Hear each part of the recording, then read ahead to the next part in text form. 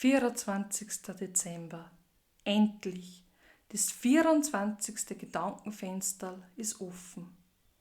Heiligabend. Es ist soweit. Die Zeit der Vorbereitung, die Zeit des Wartens und die Zeit des Planens ist vorbei. Jetzt ist die Zeit, dass sie die Vorfreude in Freude verwandelt. Es ist soweit. Weihnachten voller Lieb und Freud und voller Frieden und Zeit. Folg dem Leichten vom Bethlehemstern und spüre es in dir, die hat wer gern.